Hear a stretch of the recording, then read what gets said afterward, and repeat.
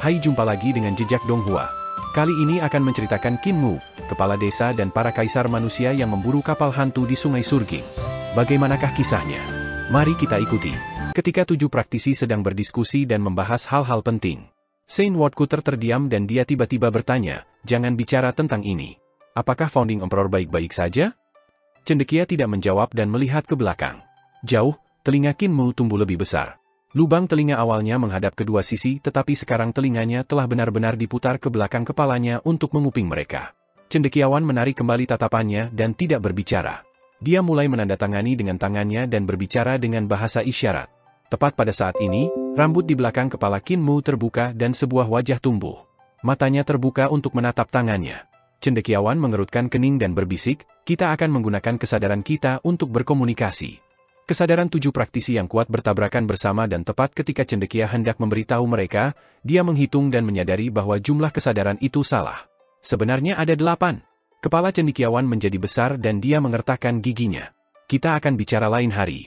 Woodcutter memanggil Qin Mu dan mengungkapkan senyum. "Muer, kita sudah memiliki keyakinan penuh untuk menghilangkan berkah dari kepala yang mulia Yu, namun, kita membutuhkan subjek uji. Guru Surgawi, Raja Surga, apakah Anda tega membiarkan Qin Mu menjadi subjek ini?" 6 orang lainnya memiliki tatapan sengit ketika mereka memandangnya dan berkata serempak, "Apa yang tidak bisa ditanggung?" Keringat dingin muncul di dahi Qin Mu dan dia diam-diam pindah beberapa langkah ke belakang. Dia mengungkapkan senyum tulus dan berkata, "Guru, Paman Senior, saya tidak mendengar apa-apa." Buddha Sakra mengulurkan jarinya dan tali emas mengikatnya erat, membawanya ke wajah mereka. Qin Mu hendak berteriak minta tolong ketika Woodcutter menutup mulutnya dengan seni ilahi. "Mari kita mulai." 7 dari mereka saling memandang di mata dan tiba-tiba cendekia dan Yi Yiwei bergerak. Mereka mengelilingi Qin Mu dan memukul berkat di belakang kepalanya. Gemuruh terdengar. Yi Yiwei adalah seorang ahli di tahta kaisar dan meskipun cendekia tidak berada di tahta kaisar, kultivasinya secara keseluruhan sangat tinggi. Keduanya memiliki poin bagus masing-masing dan mereka menggunakan segala macam metode untuk mematahkan runi dari Great Dao Ibu Pertiwi. Segera, lingkaran cahaya di belakang kepala Qin Mu menjadi compang-camping dan meredup. Cendekiawan tiba-tiba berkata, "Semuanya, hati-hati.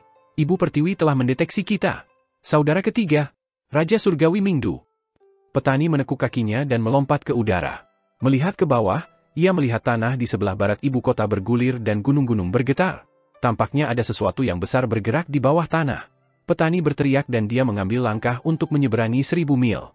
Dia meninju tanah dan ibu kota bergetar pada saat itu. Semua orang di ibu kota bisa melihat cahaya mengisi langit di barat, mengubahnya seterang siang hari. Dan pada saat ini, cahaya pisau turun dari langit ketika Raja Surgawi Tianshu menikam pisaunya jauh ke dalam tanah. Darah primordial mengalir keluar dari tanah dan mengalir ke Sungai Mad, mewarnai Sungai Mad merah. Tanah bergelombang tiba-tiba mendapatkan kembali ketenangan dan pisau gerbang ilahi kekaisaran yang tertusuk di tanah membelah tanah ke arah barat. Raja Surgawi Tianshu meraih gagang pisau dan mencoba menstabilkan pisau ilahi. Namun, kekuatan di bawah tanah sangat kuat dan sebagai hasilnya, dia juga diseret ke depan dengan pisaunya ke arah barat. Imperial pisau gerbang ilahi kekaisaran sangat tajam dan ketika melewati gunung, gunung besar itu tiba-tiba terbelah menjadi 2. Petani melihat situasi ini dan berteriak. Dia meninju tanah dan mendengar retakan datang dari bawah seolah-olah ada sesuatu yang dipecah menjadi beberapa bagian. Tianshu akhirnya bisa mengeluarkan imperial pisau gerbang ilahi kekaisaran dan ketika dia mengeluarkan pisaunya, tubuhnya berubah menjadi dewa kepala kambing. Dia menumbuhkan sepasang tanduk dan mengayunkan pisaunya lagi.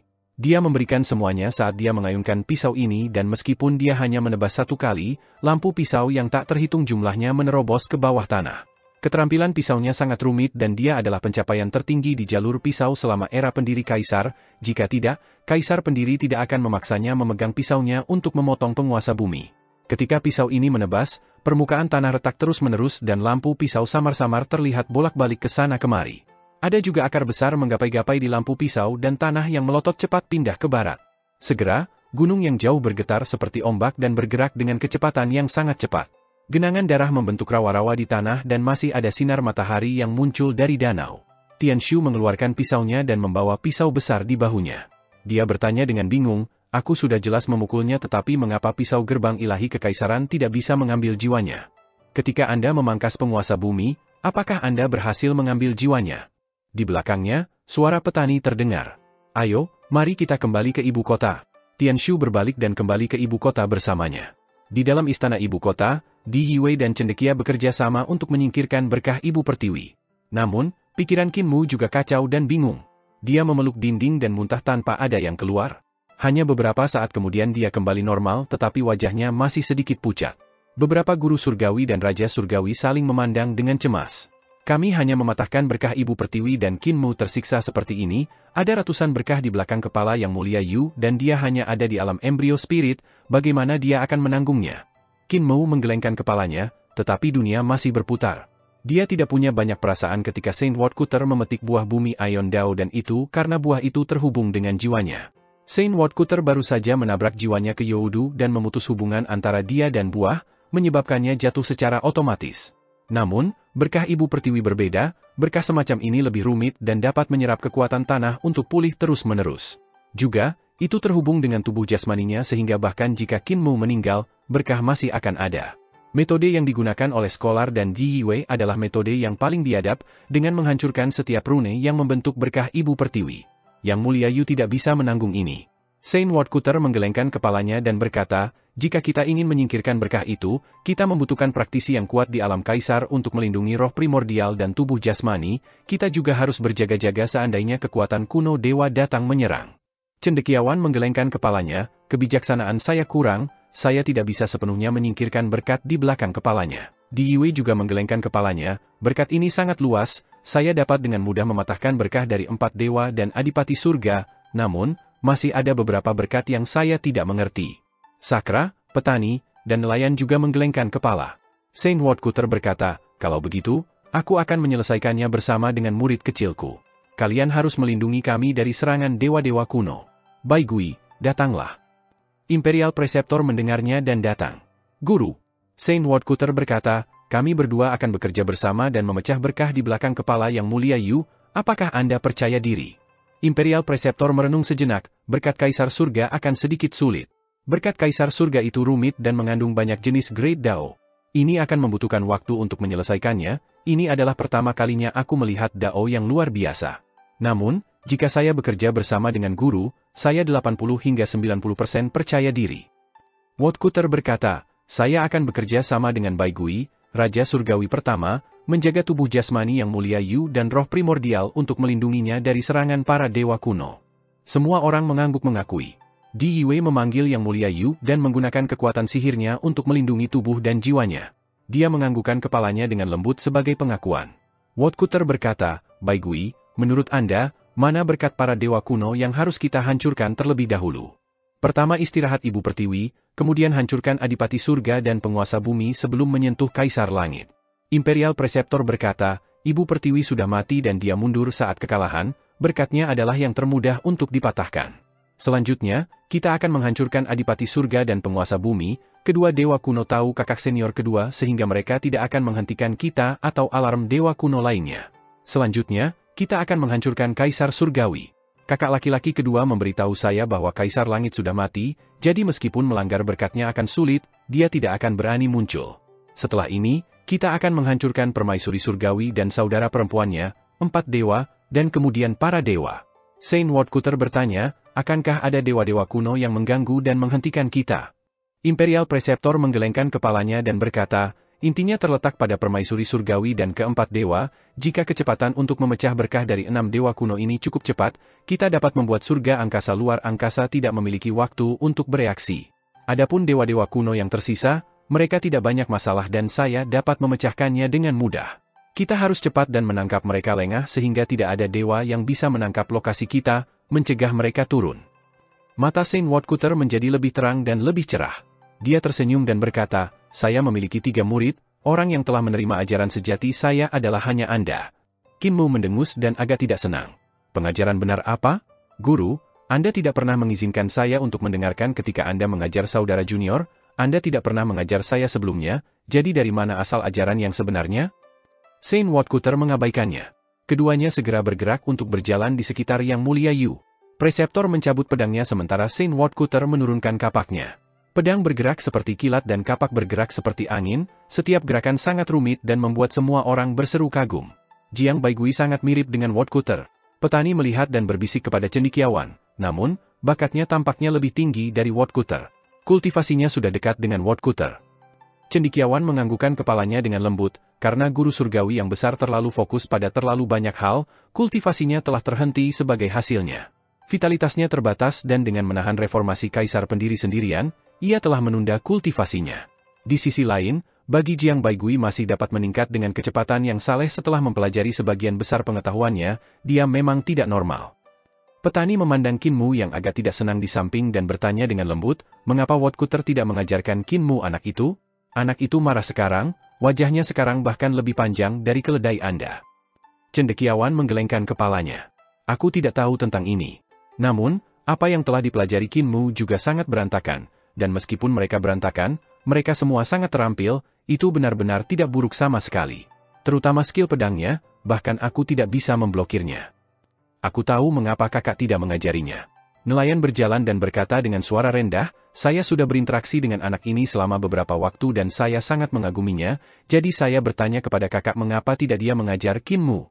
Dia memiliki ekspresi yang sangat aneh saat itu dan mengatakan ini padaku.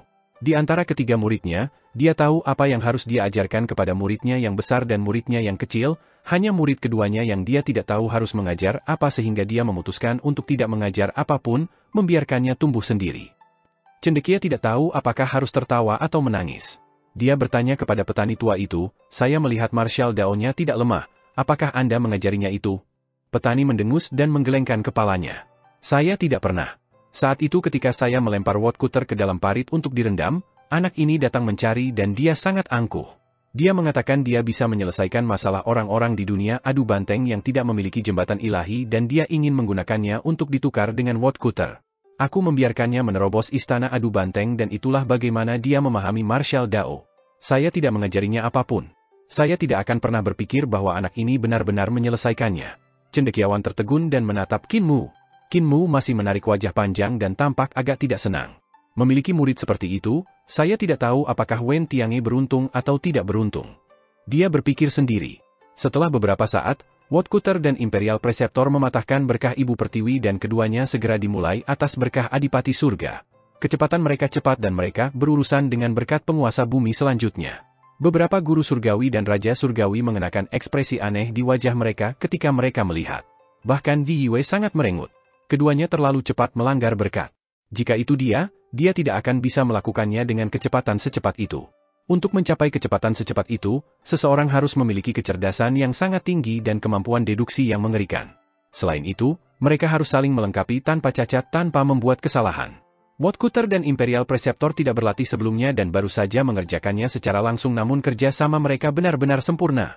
Segera, kedua orang ini akhirnya mulai berurusan dengan berkah Kaisar Surgawi.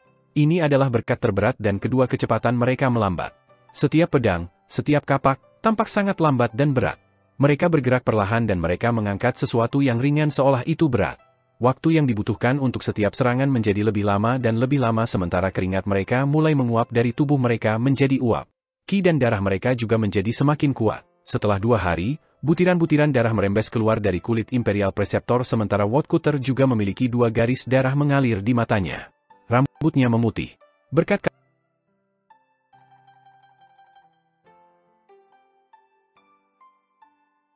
Kaisar Langit terlalu kuat dan itu telah memaksa mereka untuk meningkatkan kebijaksanaan mereka sampai batas tertentu. Otak mereka beroperasi dengan kecepatan yang mencengangkan dan ini masih terjadi setelah mereka menganalisis keajaiban runing dalam berkat Kaisar Surgawi.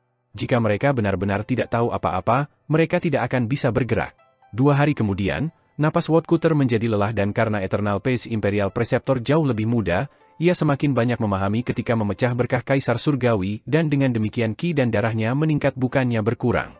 Akhirnya, keduanya akhirnya dapat memecahkan lingkaran yang terbentuk dari restu Kaisar Langit. Darah mengalir keluar dari sudut mulut woodcutter dan dia pindah kembali. Baigui, bisakah kamu menyelesaikan sisa berkatmu sendiri? Saya dapat mencoba.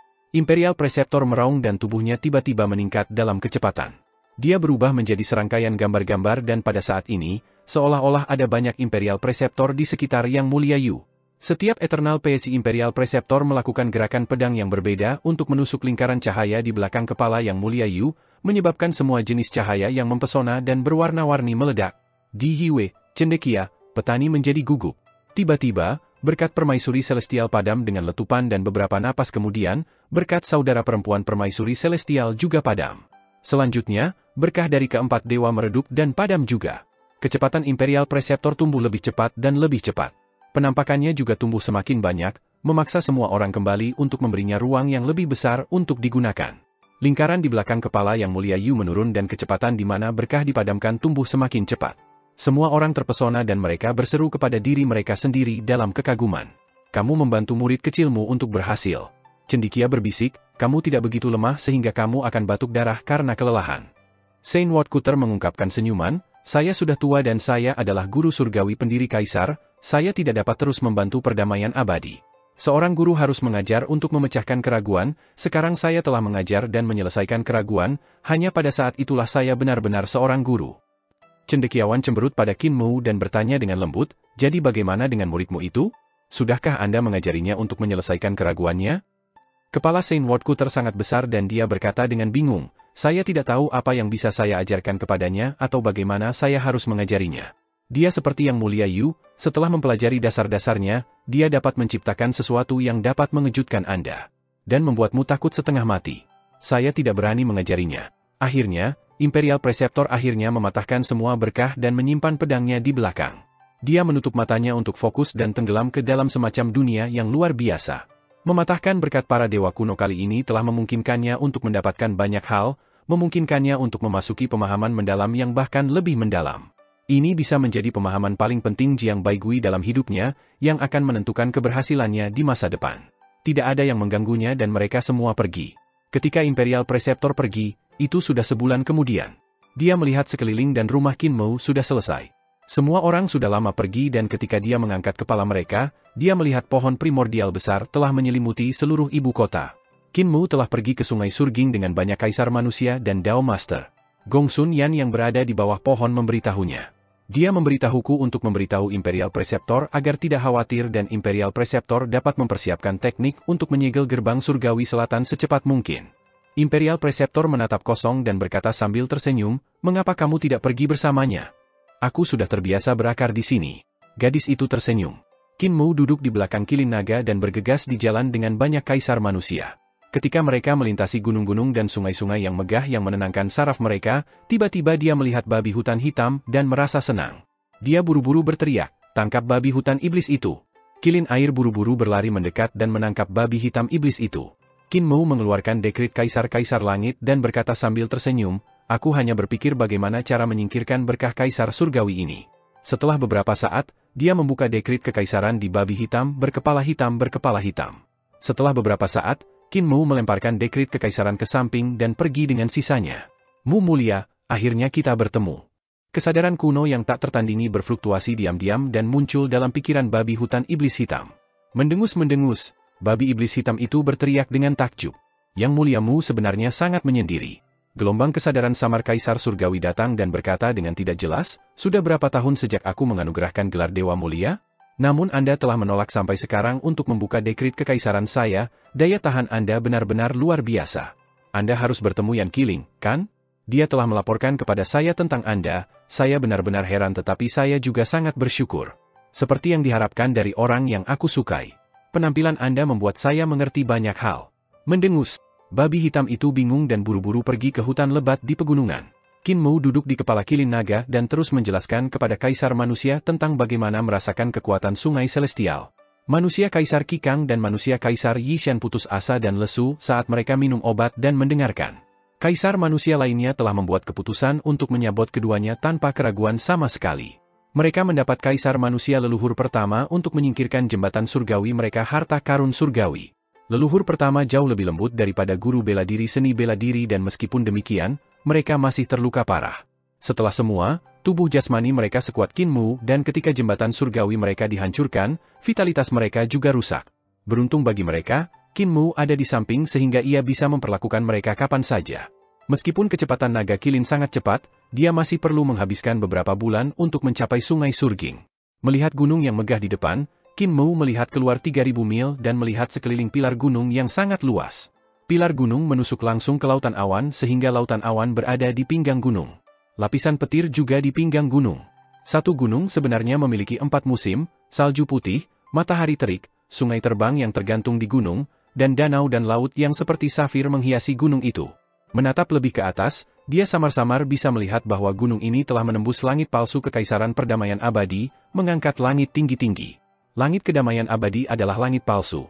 Itu hanya formasi dan langit setinggi 100.000 mil dan setebal 1.000 yard. Matahari, bulan, dan bintang adalah semua formasi dalam diagram formasi. Gunung ini terlalu tinggi dan akibatnya telah menyebabkan matahari, bulan, dan bintang menjadi terdistorsi dan aneh ketika mereka mengorbit di sini. Terutama ketika matahari pindah ke tempat ini, dengan langit yang bengkok, matahari juga terentang seolah-olah keriput. Qin Mu memandang matahari yang keriput di langit dan mengerutkan kening. Dia menarik kembali tatapannya dan menghela nafas pada dirinya sendiri. Bahkan tidak berusaha membuatnya terlihat realistis. Dewa-dewa yang menjaga langit palsu benar-benar kehilangan standar mereka. Mereka masih akan mencoba yang terbaik untuk mempertahankan orbit matahari dan bulan, tetapi sekarang mereka tidak peduli lagi. Dia melihat gunung-gunung besar dan sungai-sungai besar yang tiba-tiba muncul di Eternal Peace Empire dan dia menghela nafas dengan sedih. Dia awalnya sangat akrab dengan geografi perdamaian abadi, tetapi sekarang semuanya tampak asing. Sekarang, perdamaian abadi telah terpecah-pecah dan tempat-tempat yang terpisah sekarang tersebar di antara pegunungan yang menjulang tinggi. Selain itu, dia bahkan melihat banyak reruntuhan kuno yang dipenuhi dengan udara bahaya. Seolah-olah ada monster mengerikan bersembunyi di sana. Ada juga gua di antara gunung-gunung ini dan bahkan ada deretan istana mewah. Beberapa tempat bahkan memiliki komunitas konstruksi skala besar. Ketika mereka melewati beberapa rawa besar dan sungai besar, mereka bahkan akan menemukan setengah dewa yang sangat kuat muncul dari suatu tempat dengan aura meluap yang mengubah langit, menyebabkan penampakan yang sangat indah muncul. Sebagian air yang dikendalikan, beberapa api yang dikendalikan, tetapi mereka tidak bergerak. Mereka hanya menyaksikan dari jauh. Kaisar manusia leluhur pertama telah mengikuti mereka dan setiap kali situasi ini terjadi, istana celestial akan muncul di belakangnya dan roh primordialnya akan berdiri di menara kota Giok. Setiap kali ini terjadi, para setengah dewa akan diam-diam mundur. Setengah bulan kemudian, Qin Mu dan sisanya datang ke kota Bazhou. Seiring ekonomi Eternal Peace Empire berkembang, kota Bazhou telah mengalami banyak ekspansi sehingga sangat luas. Namun, setelah melihat pemandangan alam primordial, Qin Mu merasa bahwa kota Bazhou terlalu kecil. Itu hanya sebuah batu di lautan di kekaisaran perdamaian abadi saat ini, itu tidak signifikan. Di kota, dua dewa berdiri tinggi di atas di menara jam. Satu ditinggalkan dan satu lagi benar ketika mereka bersinar dengan cahaya surgawi untuk melihat ke segala arah, menjaga terhadap setiap invasi dari setengah dewa. Qin Mu mengangkat kepalanya untuk melihat dan melihat bahwa salah satu dewa adalah Duke Wei sehingga dia menyapa. Duke Wei tetap berdiri di menara jam tetapi roh primordialnya turun untuk menyambut semua orang. Dia merendahkan suaranya dan bertanya, Master Kultus berasal dari ibu kota? Bagaimana kabar ibu kota? Ibu kota baik-baik saja. Tanya Qin Mu dengan bingung. Raja Surgawi Wei tidak tahu tentang berita ibu kotanya? Bukankah Imperial Preceptor menempa puluhan gerbang teleportasi? Duke Wei menghela nafas dan berkata, formasi teleportasi ini menghabiskan banyak sekali batu obat setiap kali diaktifkan, siapa yang akan menggunakannya kecuali saat ini dalam masa krisis? Sekarang karena jalur perdagangan pada dasarnya terputus, jika kita harus mengirim seseorang ke ibu kota, para praktisi seni surgawi akan membutuhkan 1 hingga 2 tahun untuk melakukan perjalanan ke sana kemari untuk mendapatkan berita. Dewa juga tidak bisa pergi, jadi berita dari ibu kota sangat sulit untuk dicapai di sini. Dalam 2 tahun ini, para praktisi seni surgawi telah mencari orang-orang yang hilang di luar, melindungi mereka ke Bazhou. Ada banyak orang yang terluka dan kami tidak punya tangan ekstra untuk pergi ke ibu kota untuk berita. Qin Mu mengerutkan kening dan dia melihat orang-orang di kota. Pakaian mereka semua compang-camping dan mereka semua terlihat kurus. Kami telah membuka beberapa ladang di luar kota dan selama kami melewati periode ini, tidak banyak orang akan mati begitu jatah diturunkan. Duke Wei berkata, namun, ada setengah dewa yang keluar beberapa hari ini dan mereka telah memberitahu kami untuk mengirim persembahan. Qin Mu mengerutkan kening. Penawaran? Penawaran kepada siapa? Persembahan untuk setengah dewa. Duke Wei berkata, kalau tidak, mereka akan menimpa bencana pada kita. Ada beberapa eksistensi kuat di antara setengah dewa dan mereka telah membangun negara dewa di gunung. Mereka meminta kami untuk memberikan persembahan dan menyerah untuk menjadi orang-orang mereka. Qin Mu berkata, Kaisar saat ini tidak memiliki energi atau tenaga sehingga kita hanya bisa mengeluarkan banyak hal. Raja Surgawi Wei untuk sementara dapat memberi mereka persembahan dan menunggu sampai kekuatan Kaisar sampai di sini sebelum membuat keputusan lain. Persembahannya adalah anak laki-laki dan perempuan perawan, Duke Wei tiba-tiba berkata. Qin Mu tidak mengatakan sepatah kata pun. Setelah beberapa saat, dia mengeluarkan sebuah kotak kecil dan mengajari Duke Wei cara menggunakannya. Ini adalah pisau eksekusi dewa dari era cahaya Crimson. Raja Surgawi dapat meminjam pisau suci ini untuk mengatasi periode waktu ini terlebih dahulu.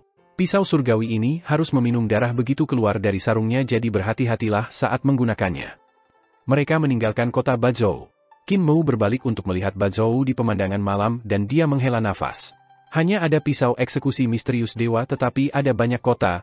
Ia bisa melindungi Bazhou dengan pisau eksekusi misterius dewa tetapi ia tidak bisa melindungi kota-kota lain. Bagaimana seharusnya perdamaian abadi menyelesaikan krisis saat ini? Dia juga tenggelam dalam pikiran yang mendalam. Orang-orang dari Eternal Peace Empire khawatir tentang bagaimana menyelesaikan krisis saat ini. Sekarang, Ibu Pertiwi masih belum bergerak dan hanya setengah dewa yang tersebar di seluruh dunia.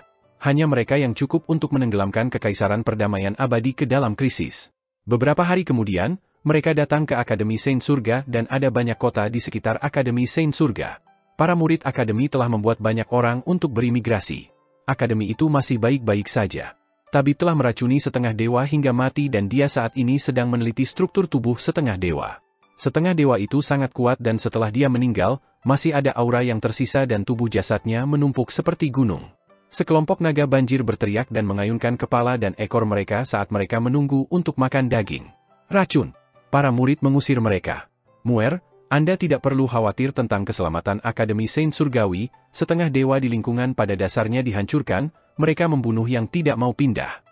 Tabib menghapus darah dari tangannya dan berkata kepada semua orang, kami telah menanam banyak ladang obat sehingga kami tidak perlu khawatir tentang ramuan kami. Formasi teleportasi kami juga dapat terbuka untuk membangun akses ke ibu kota. Gerbang teleportasi kami juga dapat menghubungi akademi lain untuk saling mendukung sehingga tidak perlu khawatir. Kamu bisa menuju ke Surging River, apakah kamu perlu menggunakan formasi teleportasi? Tidak perlu, simpan batu obat. Qin Mu mengucapkan selamat tinggal padanya dan bergegas dalam perjalanan dengan Kaisar Manusia.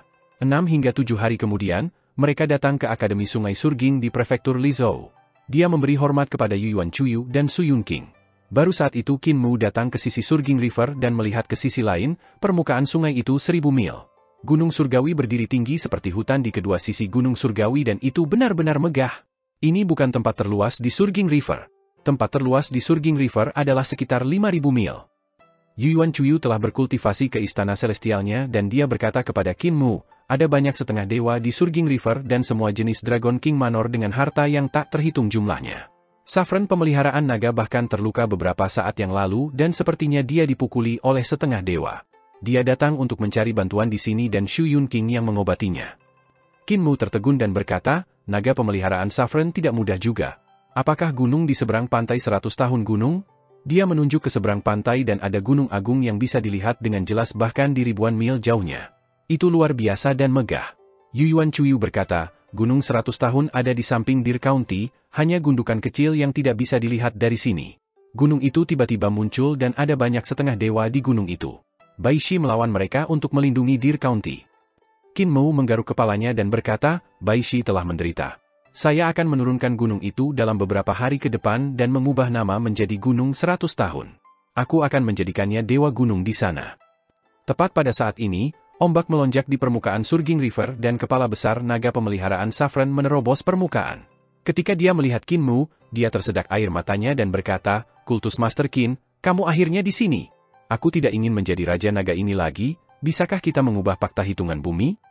Qin Mu berkata sambil tersenyum, baiklah. Bagaimana kalau mengubahmu menjadi Raja Naga Langit Surgawi? Qin Mu berkata sambil tersenyum, sungai Surgawi pasti lebar, tidak lebih kecil dari sungai Surging saat ini. Ada juga banyak kehidupan air sehingga Anda tidak perlu khawatir tentang makanan Anda. Penguasa Naga Saffron sangat senang tetapi dia masih tidak nyaman. Jika aku bisa menjadi Raja Naga Sungai Surgawi, itu akan menjadi yang terbaik. Namun, aku selalu takut kau akan menipuku. Dewa Bai Shi dan pegunungan 100 tahunnya. Qin Mu bertanya dengan sedih, apakah kamu akan melakukannya atau tidak? Melakukan. Melakukan. Penguasa Naga Saffron segera membuat keputusan dan berkata sambil tersenyum, aku lebih suka menjadi Raja Naga Sungai Surgawi daripada tinggal di sini untuk diintimidasi oleh para dewa setengah hari, setidaknya aku bisa menjadi raja di sana. Namun tuanku, bagaimana kita menghapus fakta hitung bumi? Tidak perlu menghapus fakta perhitungan bumi, kamu hanya perlu menandatangani satu fakta perhitungan bumi kecil lagi dan itu akan berhasil. Qin Mu mengajarinya bagaimana membuat fakta dan naga pemeliharaan Saffron melakukan apa yang dia katakan. Setelah fakta dibuat, Qin Mu mengabaikannya dan meminta Kaisar Manusia Qikang dan Kaisar Manusia Yishan untuk mulai memahami kekuatan sungai surgawi sehingga mereka bisa membentuk harta ilahi ketujuh. Kepala pemeliharaan naga yang besar muncul dari Surging River dan dia menunggu sebentar. Ketika dia melihat Qin Mu bergegas di sana-sini bukannya memberitahunya di mana sungai surgawi, dia bertanya dengan tidak sabar sambil tersenyum, "Tuanku, di mana sungai surgawi?" Qin Mu terus mengabaikannya. Namun, naga Kilin baik dan berkata, "Penguasa naga pemeliharaan, sungai Surging adalah sungai surgawi, Anda berada tepat di sungai surgawi." Pemeliharaan naga Saffron tertegun dan dia masih tidak mengerti. Naga Kilin menggelengkan kepalanya dan berkata, "Oh Anda adalah pendiri kitab suci pemeliharaan naga, tetapi Anda seperti selembar kertas kosong ketika berhadapan dengan manusia." Surging River adalah Celestial River. Ketika Master Sekte melihat Surging River berubah menjadi Celestial River, dia merasa telah menderita kerugian dengan menganugerahkanmu sebagai Surging River Dragon King karena semua harta bawah air milikmu. Ada harta yang tak terhitung jumlahnya tenggelam di era, semua jenis istana naga dan puri naga, dan juga setengah dewa di air. Kultus guru merasakan sakit hati selama lebih dari setahun, tetapi dia tidak bisa mengambil kembali fakta hitungan bumi. Pemeliharaan naga Saffron kacau dan pikirannya kosong. Kilin air di sebelahnya juga memiliki ekspresi menyedihkan di wajahnya saat dia berkata kepada Raja Naga ini, "Tuan Bruder V sangat licik, maksud saya bijak dan cemerlang? Alasan mengapa dia tidak membatalkan perjanjian denganmu adalah karena Surging River adalah sungai surgawi, tidak perlu membatalkan. Adapun fakta hitungan bumi kecil, itu adalah untuk mengambil kembali harta karun di sungai Celestial, penguasa bumi kecil ini benar-benar jahat." Pemeliharaan naga Saffron masih memiliki ekspresi kosong di wajahnya. Qin Mu buru-buru memeriksa kemajuan dua kaisar manusia dan memeriksa apakah mereka bisa merasakan kekuatan sungai Celestial, ini adalah yang paling penting. Kaisar manusia semuanya berbakat, mereka adalah praktisi kuat yang telah berada di puncak dunia selama beberapa ratus tahun. Jika mereka tidak bisa merasakan kekuatan sungai surgawi, itu akan lebih sulit bagi para praktisi seni ilahi lainnya. Untungnya, manusia Kaisar Qikang dan manusia Kaisar Yishan dengan cepat merasakan kekuatan sungai surgawi, baru kemudian dia menghela nafas lega. Karena Grandmaster dan Grandmaster bisa merasakan kekuatan sungai surgawi, membuka surga surgawi harta karun adalah sesuatu yang akan terjadi cepat atau lambat. Namun, masih akan sulit bagi praktisi seni ilahi lainnya untuk berkultivasi ke tingkat mereka. Jumlah orang yang bisa membuka harta karun sungai Celestial tidak akan banyak. Qin Mu menghitung dan dengan standar pendidikan perdamaian abadi, harus ada puluhan ribu praktisi seni ilahi dengan fondasi yang cukup solid dan bakat yang cukup tinggi. Puluhan ribu orang sudah banyak tetapi dibandingkan dengan populasi perdamaian abadi, itu masih terlalu sedikit. Mengubah teknik akan menjadi proyek yang sangat besar. Qin Mu menghela nafas dengan sedih di dalam hatinya. Terlalu banyak teknik dalam Eternal Peace, mengubah semua teknik ini membutuhkan bakat dengan kecerdasan luar biasa. Langit berangsur-angsur gelap dan tatapan Qin Mu berbinar dalam kegelapan. Melihat permukaan sungai, tatapannya tampak agak dalam. Namun, berapa lama Eternal Peace bisa bertahan? Waktu tidak menunggu kita? Tiba-tiba, cahaya datang dari sungai dan itu menjadi lebih terang dan lebih terang seolah-olah hari itu di bawah air. Naga pemeliharaan Saffron buru-buru terbang dan berubah menjadi dewa berkepala naga. Dia menatap gugup cahaya di bawah air. Qin Mu memanggilnya dan bertanya, "Apa itu di sungai Surging?" "Kapal hantu." Timbangan pada tubuh naga pemeliharaan Saffron berdiri dan setiap skala sangat tajam. Dia berbusa di mulutnya dan berkata, "Kapal hantu." Kapal itu muncul sekali lagi. Qin Mu tertegun dan dia bertanya, "Kapal hantu?" Semua orang terbang ke sisi Surging River dan melihat ke bawah, hanya untuk melihat kapal kuno dan besar yang tak tertandingi perlahan-lahan naik dari bawah air. Gas hitam pekat menyelimuti kapal seolah-olah itu rantai. Kapal ini sangat besar dan dapat dibandingkan dengan artefak besar seperti kapal matahari dan kapal bulan. Itu berlayar perlahan di air dan cahaya yang dipancarkan tampaknya berasal dari lentera di kapal. Seluruh kapal perang kuno terendam air tetapi lentera tidak padam. Ini membuat semua orang mengklik lidah mereka dengan heran. Kapal itu berlayar melewati Istana Naga dan juga menerangi Istana Naga. Semua orang samar-samar bisa melihat beberapa setengah dewa berenang keluar dari istana dan mengangkat kepala untuk melihat kapal yang aneh itu. Yuan Chuyu berkata, "Saya telah melihat kapal ini dengan Kanselir Shu beberapa kali dan kami selalu melihatnya di malam hari, namun, kami tidak naik untuk memeriksa." Sejak Surging River menjadi lebih luas, banyak dewa setengah dewa muncul dan orang-orang di prefektur Lizhou mengungsi. Orang-orang tidak punya cara untuk bertahan dan menangani urusan pemerintah sudah membuat saya di bawah banyak tekanan. Penguasa naga memperlihatkan ekspresi ketakutan dan dia berkata dengan suara gemetar, Hakim tidak punya waktu untuk menyelidiki tetapi karena saya tinggal di sini, saya telah menemukan kapal hantu ini lebih sering daripada Hakim. Setelah Surging River menjadi lebar, kapal ini muncul tetapi saya tidak berani untuk pergi. Namun, banyak setengah dewa di air pergi untuk menyelidiki. Mereka jauh lebih kuat dari kita tetapi mereka tidak pernah kembali begitu mereka naik kapal. Saya mendengar seseorang mengatakan mereka melihat mereka di kapal dan bahwa mereka telah berubah menjadi tulang putih. Tuhanku, setelah Surging River berubah menjadi sungai celestial, insiden aneh terus terjadi. Qin Mu tampak di bawah air dan dia melihat bahwa kapal perang kuno berenang di bawah air. Ada tokoh-tokoh yang berkelap-kelip di kapal seolah-olah ribuan tentara dan orang-orang yang menjaga kapal ini. Namun, dia tidak bisa melihat wajah orang-orang ini. Sungai Surgawi terhubung dengan reruntuhan besar dan sejarahnya terlalu kuno. Ada terlalu banyak hal yang terkubur di sini. Dia tidak berencana untuk menyelidiki hal itu karena kapal hantu ini hanya salah satu dari banyak keanehan di Sungai Surgawi, tidak perlu menempatkan dirinya dalam bahaya. Tepat pada saat ini, dia melihat bendera melesat melalui permukaan sungai. Air mengalir ke bawah dari bendera yang compang-camping dan setelah air mengalir ke bawah, angin bertiup ke arah bendera dan menyebabkan bendera yang berlumuran darah berkibar. Di langit, bulan seperti bunga layu tetapi masih ada sinar bulan yang turun. Qin Mu mengangkat kepalanya untuk menatap bulan yang aneh. Dia mengerutkan kening dan tampak ketika cahaya bulan bersinar. Dia samar-samar bisa melihat kata-kata, hutan berbulu, pada bendera. Kapal ini disebut, hutan berbulu. Qin Mu berkata sambil tersenyum, sebuah kapal dengan nama, asalnya seharusnya tidak menjadi biasa. Tiba-tiba dia terpana. Dia buru-buru memeriksa dua kata, hutan berbulu, dan semakin dia melihat, semakin bingung dia. Tulisan pada bendera sangat familiar. Dia dengan cepat mengeluarkan segel komandan kakak senior Wei Suifeng dan di atasnya juga tertulis, hutan berbulu. Kata-kata bendera disulam sementara kata-kata pada segel diukir, namun tulisan tangannya sama. Qin Mu memeriksa bendera sebelum memeriksa meterai komandan lagi. Keheranan di wajahnya tumbuh semakin kuat. Leluhur pertama, kepala desa, kalian tetap di sini, aku akan naik kapal dan melihatnya. Dia tiba-tiba naik ke udara dan menginjak permukaan sungai, terbang menuju kapal hantu.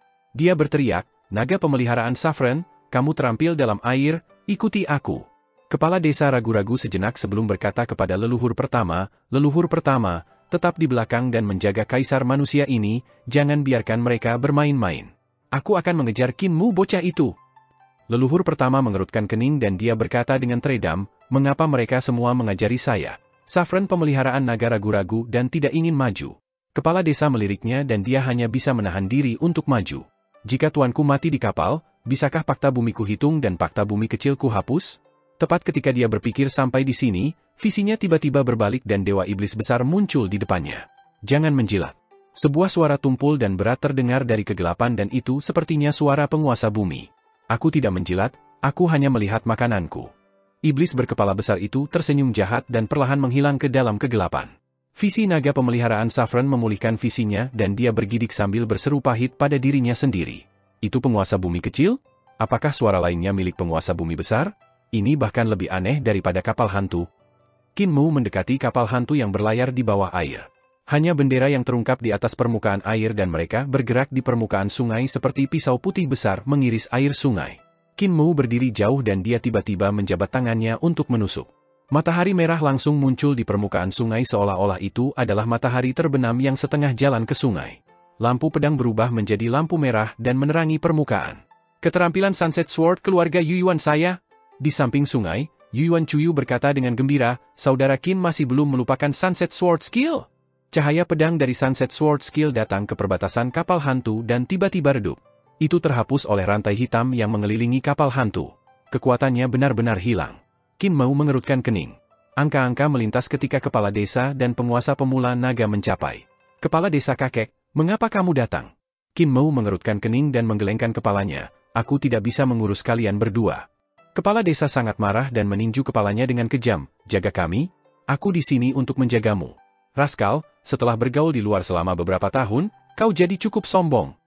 Kepala desa memandangi kapal hantu di sungai dan dia bergumam, rantai di luar kapal dibentuk oleh gas hitam yang sangat kuat. Ikuti setelah aku dan jangan menerobos masuk dengan sembrono. Qin Mu dan pemeliharaan naga Saffron berubah menjadi naga besar.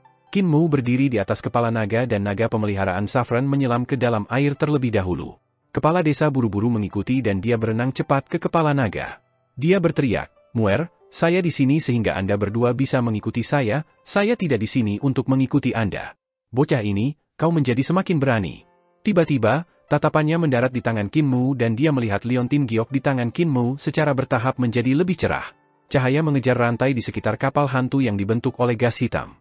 Ini memang pengawal hutan berbulu dari surga langit lama. Qin Mu menurunkan suaranya. Mungkinkah ini insiden perjalanan waktu dari penjaga hutan berbulu yang dikatakan oleh Raja Terhormat San? Aneh, mengapa kapal perang pengawal hutan berbulu datang ke sini? Bukankah mereka seharusnya penjaga hutan berbulu dari Nagahan Surgawi sejuta tahun yang lalu? Bagaimana kakak senior memiliki segel komandan pengawal hutan berbulu? Kalau begitu, bisakah kakak senior berada di kapal hantu ini? Seperti yang dia katakan sampai di sini, dia menerima pukulan lagi di kepalanya dan dia melihat kepala desa menatapnya dengan mata penuh semangat. Muer, apa yang kamu tahu? Wajah serius kepala desa tiba-tiba berubah menjadi wajah yang tidak bisa menyembunyikan rasa penasarannya. Dia tersenyum dari telinga ke telinga dan bertanya, apa liontin batu giok ini di tanganmu? Apa insiden perjalanan waktu pengawal hutan berbulu? Qin Mu hendak menjawab ketika dia tiba-tiba merasa arus bawah bergelombang di dalam air. Sebuah kun besar berenang di air dan di punggungnya berdiri banyak dewa setengah berbentuk aneh. Kepala desa memiliki ekspresi serius dan berkata dengan suara lembut, "Mur, jaga liontinnya, jangan menarik perhatian. Mari kita lihat dari mana asalnya." Qin Mu membalik tangannya, dan liontin batu giok di tangannya menghilang. Kun yang berwarna biru itu memiliki aura yang sangat kuat dan menjungkir balikan sungai dan laut bukanlah masalah baginya. Di bawah cahaya kapal hantu, itu membawa banyak setengah dewa ke sisi kapal besar ini. Dibandingkan dengan kapal perang pengawal hutan berbulu, kun besar ini tampak jauh lebih kecil. Setengah dewa itu melihat mereka, tetapi mereka tidak berhenti. Sebaliknya, mereka terus menuju ke kapal ini. Ular Kail, hentikan kapal ini. Di belakang kun, setengah dewa tua menopang dirinya dengan tongkat ketika dia berteriak. Ini Raja Naga Leluhur. Qin Mu heran. Arus di sekitar sangat cepat, dan tiba-tiba tubuh besar dan tebal muncul. Itu adalah ular aneh yang panjangnya lebih dari beberapa ribu yard. Ular tidak memiliki sisik, dan sebaliknya, mereka memiliki lempeng tulang. Di piring tulang ada paku tulang yang seperti duri kalajengking. Ular-ular aneh ini mengayunkan ekornya untuk mengait ke tiang kapal hantu, mencoba menghentikannya. Tubuh ular kait diregangkan lurus, dan mereka segera robek. Darah mereka mengalir keluar. Kun besar berenang menuju kapal hantu, dan setengah dewa tua itu mengeluarkan tongkat sihirnya, yang berubah menjadi naga ilahi. Itu melewati rantai yang terbuat dari gas hitam dan menusuk ke kapal. Baru kemudian kapal hantu itu berhenti. Setengah dewa tua itu mengeluarkan cermin, dan cermin itu bersinar terang di sungai. Itu tergantung di atas kepala mereka dan menyalakan kun besar dan orang-orang di atasnya. Gas hitam yang menjebak kapal hantu menyentuh cermin dan memantul. Rantai tidak bisa mendekati mereka. Kun besar berenang ke geladak kapal hantu dan tiba-tiba berubah menjadi burung ilahi emas yang cemerlang. Selanjutnya, burung ilahi melipat sayapnya dan berubah menjadi dewa berkepala burung. Sisa orang juga turun dari punggung kun. Bentuk ras kun berbeda dari yang lain. Mereka memiliki 3 bentuk, satu adalah kun, satu adalah peng, dan yang terakhir adalah manusia yang berkepala burung. Kepala desa merasa khawatir, dan dia merendahkan suaranya dan berkata, penatua itu sangat kuat, aku bukan tandingannya. Setengah dewa di sekitarnya juga tidak lemah. Kemampuan kun itu juga tidak biasa. Muer, kita perlu membawa leluhur pertama, baru kita bisa menjelajahi kapal hantu ini. Ketika dia berbicara sampai di sini, seberkas cahaya bersinar dari atas sungai. Pilar cahaya itu seperti cahaya bulan yang menyinari kapal hantu. Di pilar cahaya, sebuah kapal kecil dan halus mengangkut seorang pria bersenjata satu dan beberapa pemuda bersenjata satu mengalir di permukaan sungai. Kapal kecil itu benar-benar berlayar di sepanjang pilar cahaya dan terjun ke sungai, menuju kapal hantu itu. Lelaki bertangan satu itu duduk di haluan kapal dan tampak suci secara tidak wajar di bawah sinar bulan. Luo Wushuang. Hati Qin Mu melonjak, dan dia melihat kapal kecil itu. Zhai Huali juga ada di kapal, dan dia adalah satu-satunya dengan kedua tangan utuh. Pada saat ini, nyala api menyinari permukaan sungai. Qin Mu dan kepala desa melihat ke atas dari dasar sungai dan melihat bola api besar berguling di permukaan, menguapkan air sungai celestial. Mereka tidak bisa melihat terlalu jelas di dalam air, tetapi bola api itu mendekat dan terjun ke dalam air. Itu berubah menjadi Phoenix pelangi dan berenang di air, menuju ke kapal hantu. Ada peti mati batu di bagian belakang Phoenix pelangi, dan itu sangat aneh. Hati Qin Mu diaduk. Mungkinkah itu Feng Qiyun? Jika dia tidak terbunuh oleh Qi Xiaoyu dan masih hidup, kemampuannya juga luar biasa. Kalau begitu, mengapa dia datang ke sini? Mungkinkah itu di bawah perintah Ibu Pertiwi? Mungkinkah peti mati batu di punggungnya menjadi salah satu peti mati batu dari makam 9 kaisar? Dia merasakan rambutnya berdiri. Jika peti mati batu di punggung Feng Qiuyun adalah salah satu peti mati batu dari makam 9 kaisar, maka peti mati itu pasti salah satu kaisar surgawi dari kaisar tinggi surgawi surga. Mengapa Ibu Pertiwi memandang kapal ini dengan sangat penting sehingga ia bahkan akan mengaktifkan peti mati kaisar di makam kekaisaran? Seseorang harus tahu bahwa ketika dia bertarung dengan Ibu Pertiwi yang lain, dia tidak memobilisasi peti mati seorang kaisar. Tiba-tiba, seutas tali jatuh dari langit. Qin Mu mengangkat kepalanya untuk melihat dan melihat seutas tali menggantung dari bulan yang kusut di atas perdamaian abadi. Tali mendarat tepat di tiang bendera kapal hantu dan mengikat sebuah simpul di sana. Beberapa sosok dengan cepat meluncur ke bawah tali dan mendarat di tiang bendera tidak lama kemudian. Salah satu dewa membuka kancing dan menarik tali. Tali itu jatuh dari bulan di langit dan menembus ke lengan bajunya seperti ular roh. Dari bulan ke tanah adalah 100.000 mil, namun ketika tali ini menjalar ke lengan bajunya, itu tidak menonjol sama sekali. Dewa ini menyimpan tali dan membungkuk ke pemuda lain. Pemuda itu menganggukkan kepalanya, dan beberapa dari mereka melompat turun dari tiang bendera dan ke tiang. Mereka melompat turun dari tiang kapal seperti macan tutul dan menyelinap ke kapal hantu. Mereka turun dari langit, bisakah mereka menjadi dewa dari peta langit? Itu tidak benar. Para dewa dari peta langit dibiarkan di sana oleh langit-langit luar angkasa untuk menarik wall di atas mata orang-orang. Mereka memiliki tanggung jawab untuk menegakkan dan tidak akan meninggalkan posisi mereka. Hati Qin Mu bergerak sedikit. Kalau begitu, mereka adalah pengunjung dari surga celestial.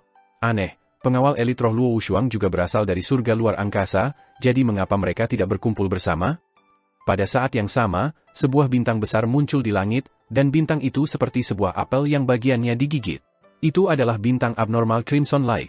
Cahaya bintang abnormal melintas, dan seberkas cahaya merah turun dari langit. Cahaya menghantam geladak kapal hantu, dan ketika cahaya itu menghilang, sosok Crimson Light Son of God muncul di sana. Crimson Light Son of God juga telah tiba. Qin Mu berkata sambil tersenyum, Kepala Desa, Crimson Light Son of God adalah teman dan bukan musuh. Saya juga tahu pisau ilahi satu bersenjata Luo Wushuang. Phoenix itu juga kakak perempuan yang saya kenal. Saya juga pernah bertemu dengan sesepuh itu dengan tongkat naga kepala, dan dia disebut Raja Naga Leluhur. Kami tidak dalam bahaya apapun bahkan jika kami masuk. Kepala desa menatapnya dengan wajah hitam dan memiliki pandangan yang tidak menyenangkan. Crimson Light Son of God mungkin bukan teman. Juga, Phoenix itu harus menjadi bawahan Ibu Pertiwi, kan? Adapun pisau ilahi satu bersenjata, saya telah mendengar tentang reputasinya di Supreme Emperor Heaven, dan dia jelas musuh. Adapun Raja Naga Leluhur, dia harus menjadi pemimpin di antara setengah dewa, kan? Anda sudah bertemu dengannya? Omong kosong. Tidak ada satupun orang yang memasuki kapal yang bisa dipercaya. Kapal hantu mulai bergetar semakin banyak. Banyak ular kait yang terkoyak, mati secara tidak wajar. Ular kait lainnya buru-buru mengambil kembali duri mereka, dan kapal hantu itu berlayar ke hulu. Kecepatannya tumbuh lebih cepat dan lebih cepat. Kepala desa melihat situasinya, dan dia ragu-ragu. Apa liontin giokmu itu? Qin Mu berkata, mungkin segel komandan untuk mengendalikan kapal ini, tapi aku tidak berani mengkonfirmasi itu. Kepala desa mengertakkan giginya dan berkata, ayo masuk untuk melihat. Kapal ini benar-benar luar biasa, jika tidak, ia tidak akan menarik begitu banyak kekuatan. Jika saya tidak masuk untuk menyelidiki, saya tidak akan pernah tidur nyenyak selama sisa hidup saya. Qin Mu tidak tahu apakah harus tertawa atau menangis. Kepala desa bahkan lebih ingin tahu daripada dia. Bahkan jika segel komandan itu bukan objek untuk mengendalikan kapal hantu, dia tidak akan bisa menolak investigasi. Alasan dia ragu-ragu adalah bahwa dia masih khawatir tentang keselamatan Qin Mu. Jadi, dia tidak bisa membuat keputusan. Naga pemeliharaan Saffron bergegas berenang menuju kapal hantu, dan Qin Mu mengeluarkan segel komandan.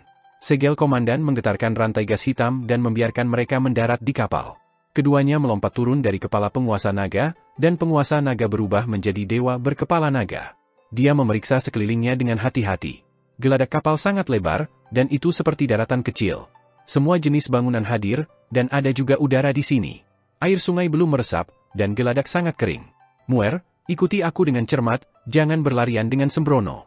Sama seperti kepala desa mengatakan itu, dia melihat Qin Mu berjalan di depannya dan buru-buru mengikutinya.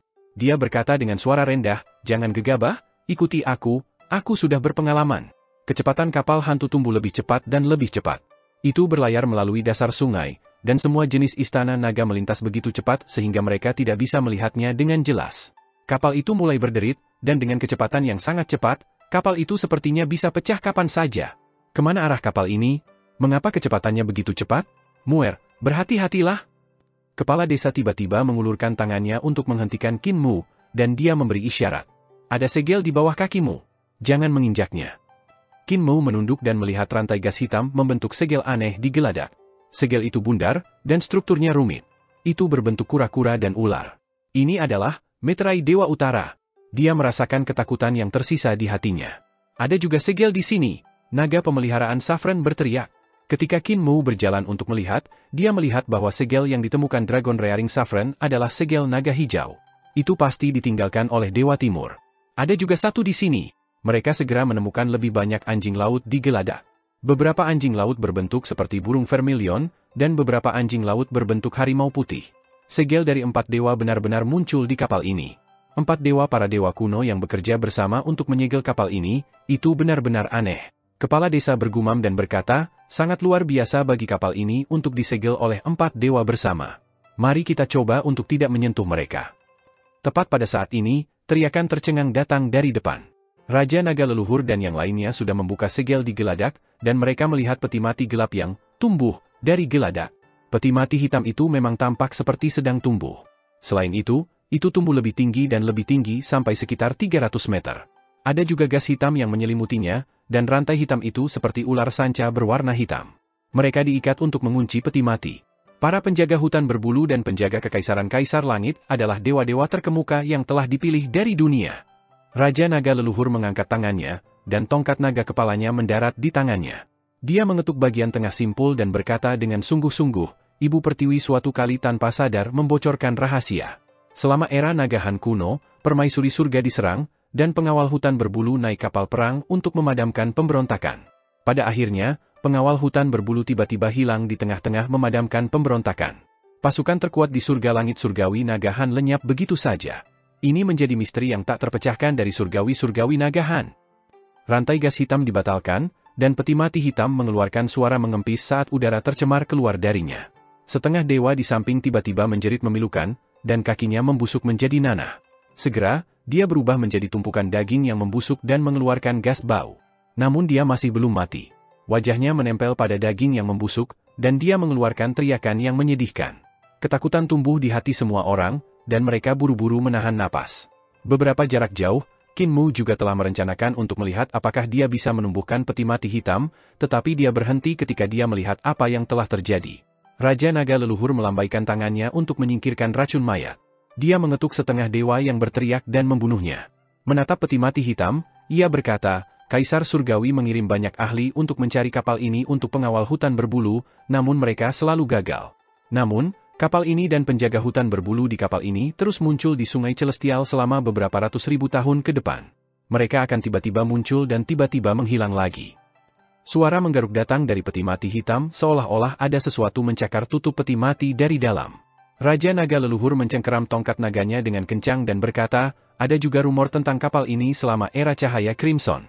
Saya pernah mendengar bahwa kapal ini akan sering muncul di Sungai Celestial, dan bahkan ada orang yang melihat pemandangan menakjubkan dari puluhan ribu dewa di kapal. Selama era Kaisar Tinggi, kapal ini juga akan sering muncul. Ibu Pertiwi juga menyelidikinya sekali, tetapi sangat disayangkan bahwa dia tidak dapat menemukan kapal atau penjaga kekaisaran yang hilang dengan kapal. Tutup peti mati tiba-tiba jatuh ke tanah dengan keras. Semua orang memandangi peti mati itu dan tidak bisa melihat apapun di dalam karena gelap gulita. Rumor mengatakan bahwa ada rahasia besar yang tersembunyi di kapal ini, rahasia yang dapat menempuh waktu. Mulut Raja Naga Leluhur kering, dan suaranya terdengar serak. Rumor mengatakan bahwa siapapun yang mengendalikan kapal ini dapat melakukan perjalanan melalui waktu, pergi ke tahun yang mereka inginkan. 2 bintik merah muncul di peti mati yang gelap, dan tampak seperti lentera merah. Di luar peti mati hitam, semua orang menunggu sebentar dan mereka tidak melihat gerakan dari 2 lampu merah di dalam peti mati. Di kejauhan, orang-orang lain yang telah memasuki kapal hantu bersama-sama juga memperhatikan situasi di sini. Mereka sedang menunggu hasil penyelidikan Ancestral Dragon King. Mereka tahu betul betapa berbahayanya kapal ini sehingga mereka juga senang membiarkan orang lain mempertaruhkan hidup mereka sementara mereka mendapat manfaatnya. Keheningan di sekeliling terasa menyesakkan. Raja Naga Leluhur melirik dan setengah dewa itu mengerti. Dia mengerahkan kekuatan sihirnya dan dia pertama kali menerapkan seni ilahi defensif di sekitar tubuhnya terlebih dahulu. Seni ilahi berubah menjadi perisai kura-kura dan tanda-tanda kura-kura hitam juga muncul di lengannya. Baru pada saat itulah dia menguatkan diri untuk maju dan merentangkan tangannya dengan hati-hati ke dalam peti mati untuk merasakan. Peti mati itu sangat besar dan tangannya masih agak jauh dari lentera merah itu. Perlahan-lahan, setengah dewa ini berjalan ke peti mati hitam dan menghilang. Tidak ada lagi aktivitas yang datang dari dalam dan setelah beberapa saat, suara setengah dewa itu datang dari dalam peti mati. Mereka benar-benar lentera. Semua orang di luar menghela nafas lega dan Raja Naga Leluhur juga sedikit santai. Mereka melihat setengah dewa berjalan keluar dari peti mati sambil tersenyum. Benda-benda yang memancarkan lampu merah di peti mati ini benar-benar lentera, mereka adalah 2 lentera kertas. Saya hanya bisa menemukan 1 jadi saya mengeluarkannya. Tidak ada yang berbahaya di dalam. Kenapa kalian menatapku seperti ini? Setengah dewa itu membawa lentera dan tampak aneh di sekitarnya. Semua orang diam-diam bergerak mundur seolah-olah mereka telah melihat hantu ketika mereka memandangnya. Raja Naga Leluhur juga mundur selangkah dan mengencangkan cengkeramannya pada tongkat naga. Bahkan dia belum pernah melihat pemandangan yang aneh sebelumnya sehingga dia tidak bisa menahan diri untuk menjadi gugup. Luo Wushuang dan sisanya jauh juga diam. Murid-murid pengawal elit roh itu sedikit ketakutan ketika mereka melihat situasi di sini. Dewa Pedang, apa yang terjadi? Naga pemeliharaan Saffron bersembunyi di balik kepala desa dan bertanya dengan suara gemetar. Kepala desa dan surga tinggi adalah musuh lama. Saffron pemeliharaan naga juga hampir mati berulang kali di tangan kepala desa. Meskipun ada permusuhan di antara mereka, penguasa pemeliharaan naga masih sangat menghormati kepala desa. Oleh karena itu ketika dia berada dalam situasi seperti itu, dia secara tidak sadar bergerak dekat dengan kepala desa ketika dalam situasi seperti itu. Adapun Qin Mu yang adalah tuannya, penguasa naga membenci dia sampai ke tulang-tulangnya. Qin Mu mengerutkan kening ketika tatapannya mendarat di setengah dewa yang telah berjalan keluar dari peti mati hitam. Setengah dewa ini memegang lentera kertas di tangannya dan lampu merah di peti mati hitam sebelumnya berasal dari lentera kertas ini. Namun, ketika berada di kegelapan, mau tak mau membuat orang berpikir bahwa mereka adalah 2 mata merah. Lentera kertas itu sangat aneh dan akan berputar ketika angin bertiup. Ada wajah di lentera yang menatap dengan mata terbuka lebar, memandang sekitarnya dengan seringai. Namun, ini bukan yang membuat semua orang takut. Yang benar-benar membuat semua orang takut adalah setengah dewa itu. Di leher setengah dewa ini ada lentera kertas lain. Kepalanya menghilang tanpa jejak. Wajahnya muncul di lentera kertas ini dan masih ada hidung dan mata. Dia terus berbicara dan bertanya, "Ada apa? Kenapa kalian menatapku dengan tatapan seperti itu?" Wajahnya muncul di permukaan lentera sementara cahaya masih terus bersinar dari bagian dalam lentera. Seolah-olah seseorang telah memotong wajahnya dan menempelkannya pada lentera. Cahaya redup dan wajahnya juga berkedip antara terang dan gelap. Raja Naga Leluhur tiba-tiba mengangkat tongkat naganya dan mengetuk kekosongan. Lentera di leher dewa setengah tiba-tiba padam. Pagedebuk. Lentera jatuh ke tanah. Tidak ada yang tersisa di leher setengah Tuhan dan darah ilahi tiba-tiba menyembur dengan marah. Tubuhnya berayun dan dia jatuh ke tanah tanpa sisa nafas. Kalian semua akan mati. Lentera kertas yang ada di tangannya jatuh di tanah dan berguling 2 putaran di tanah. Wajah pada lentera itu menunjukkan senyum aneh. Hehe, kalian semua akan mati di sini dan menerima kehidupan abadi, terhubung dengan kapal ini selamanya. Raja Naga Leluhur menginjak lentera dan memadamkan cahaya di lentera. Dengan wajah serius, dia berkata, berpakaian seperti dewa dan bermain iblis. Aku adalah dewa yang hebat di Numinous Sky Realm, kamu benar-benar tidak tahu kematian dengan mencoba trikmu di hadapanku. Dia meraung dan tongkat kepala naga di tangannya menabrak dengan kejam ke peti mati hitam di depannya. Peti mati hitam besar itu langsung hancur berkeping-keping dan mengeluarkan suara berdebar saat mereka jatuh ke tanah.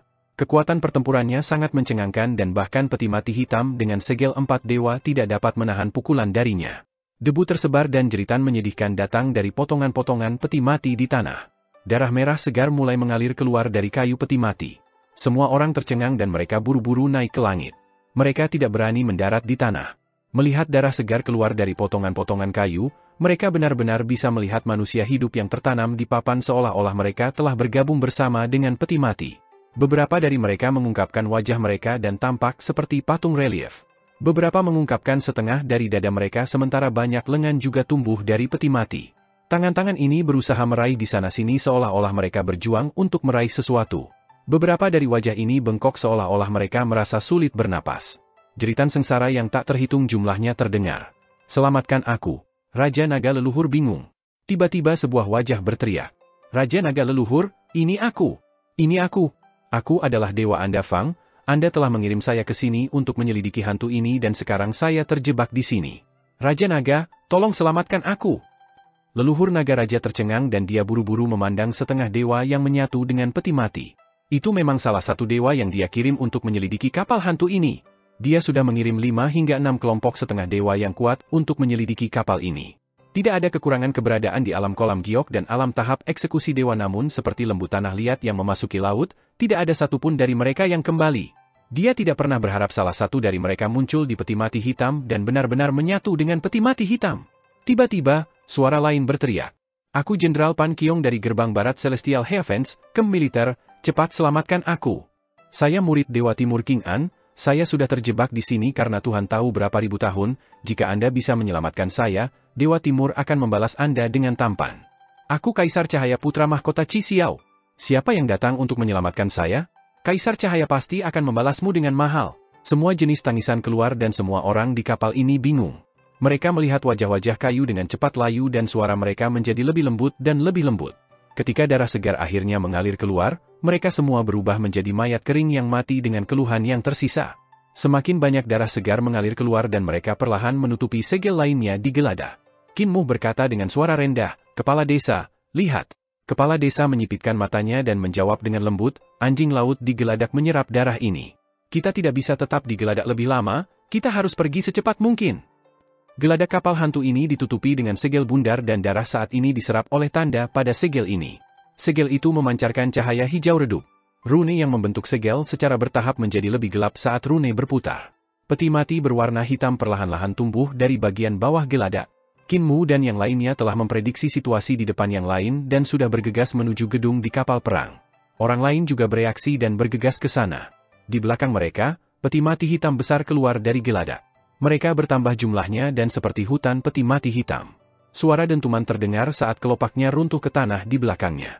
Itu adalah suara tutup peti mati yang mendarat di tanah. Qin Mu berbalik untuk melihat tetapi dia melihat tidak ada yang melompat keluar setelah peti mati terbuka. Hanya ada gas hitam keluar dan mereka tersebar di sekitar seperti ular tanpa tubuh. Ada setengah dewa yang berlari lambat dan melakukan kontak dengan gas hitam.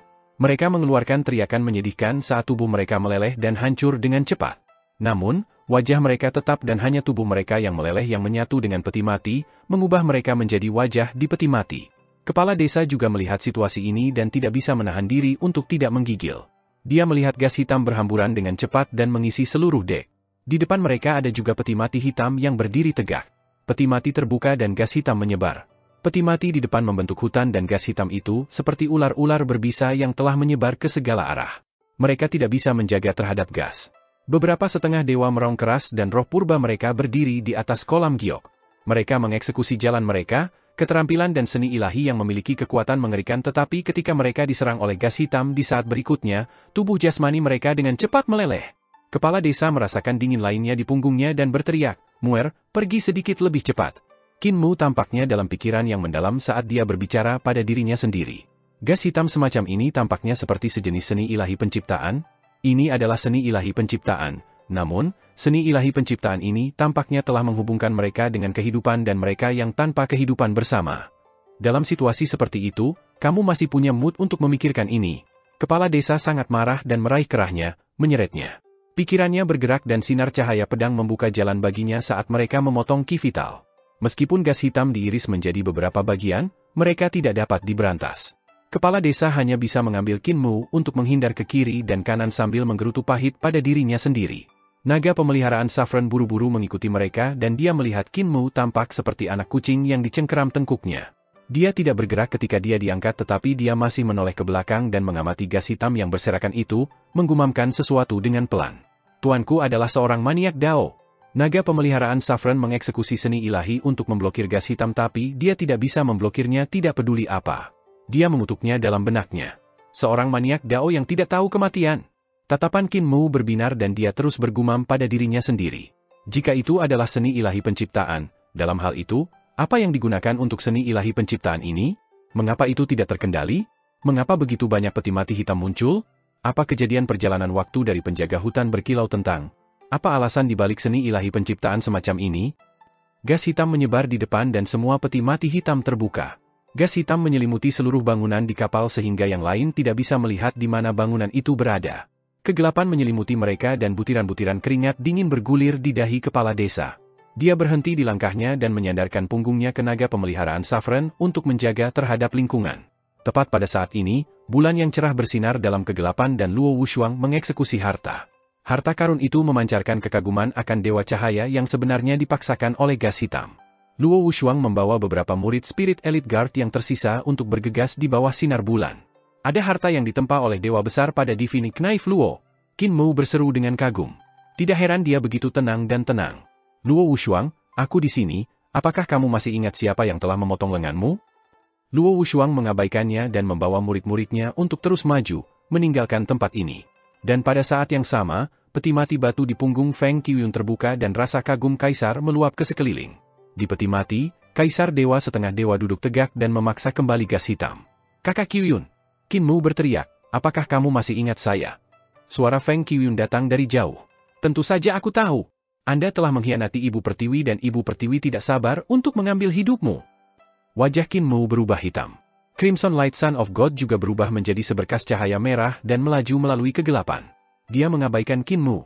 Anak Tuhan juga tidak memiliki kode persaudaraan. Qin Mu menggelengkan kepalanya dan semua orang di kapal mengambil alat perlindungan mereka. Bahkan para pengunjung dari langit surgawi yang telah meluncur turun di tali juga memiliki semua jenis harta untuk melindunginya. Qin Mu mengeluarkan segel komandan dan saat segel komandan keluar, gas hitam tiba-tiba membeku di tempat. Selanjutnya, gumpalan gas hitam dengan cepat terbang kembali ke peti mati dan dia mendengar poni terus-menerus ketika tutup peti mati secara otomatis menutupi diri mereka kembali ke tanah. Peti mati hitam itu perlahan-lahan tenggelam kembali ke geladak kapal dan menghilang tanpa jejak. Kepala desa mengedipkan matanya dan menatap Qin Mu. Dia bertanya dengan suara rendah, apakah liontin giokmu ini benar-benar harta karun untuk mengendalikan kapal ini? Qin Mu menggelengkan kepalanya dan menjawab dengan jujur, aku juga tidak tahu, aku sudah menebaknya. Kepala desa tidak berdaya dan dia berkata, mari kita lanjutkan. Tiba-tiba, sebuah lentera melayang turun dari tiang dan datang ke Qin Mu. Lentera itu bundar dan berputar beberapa putaran di sekitar mereka bertiga. Kepala desa terkejut dan dia memeriksa lentera ini dengan mata menyipit dan tangan di pedangnya. Dia siap meledak dengan serangan kapan saja. Suara pintu terbuka datang dari lentera dan kepala desa tercengang. Dia benar-benar melihat dua pintu pada lentera dan mutan berkepala burung yang tingginya hanya 1 inci mendorong pintu dari dalam. Dia menatap mereka. Cahaya yang datang dari belakang manusia kecil itu intens dan sangat menyilaukan. Ketika mereka bertiga melihat ke dalam lentera, mereka melihat bahwa itu sebenarnya adalah matahari yang menyala-nyala yang ada di belakang punggung manusia setinggi 1 inci. Jenderal pasukan hutan berbulu Lin Xiao memberi hormat kepada komandan. Manusia mungil itu memberikan penghormatan di depan pintu dan dia terlihat sangat meyakinkan. Komandan telah menjadi lebih muda lagi. Qin Mu mengedipkan matanya dan berkata dengan samar, memimpin, seperti yang kau perintahkan. Manusia mungil itu duduk di ambang pintu dan sayap di belakangnya mengepak.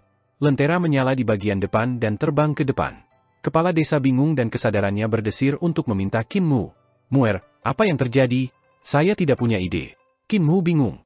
Mungkin dia salah mengenali saya. Di depan mereka, bangunan terlihat dan di depan bangunan ada kepala naga besar yang sebenarnya masih hidup. Tubuhnya telah menyatu dengan kapal dan darah serta dagingnya terhubung ke kayu. Wajah naga itu terdistorsi dan dia tampak gila. Dia sangat kesakitan dan mulai menangis. Langit dan bumi berubah, konstanta yang tidak berubah dari 36 orang. Apa artinya ini? Katakan padaku, apa artinya? Ini adalah dewa kuno lain yang telah bergabung dengan kapal ini oleh karya seni ilahi, namun, sepertinya dia sudah gila. Pemeliharaan naga Saffron berpikir sendiri. Kemampuan naga ilahi ini tampaknya jauh lebih kuat daripada aku. Saya tidak gila. Naga ilahi yang gila itu tiba-tiba menundukkan kepalanya untuk melihat mereka dan terkekeh.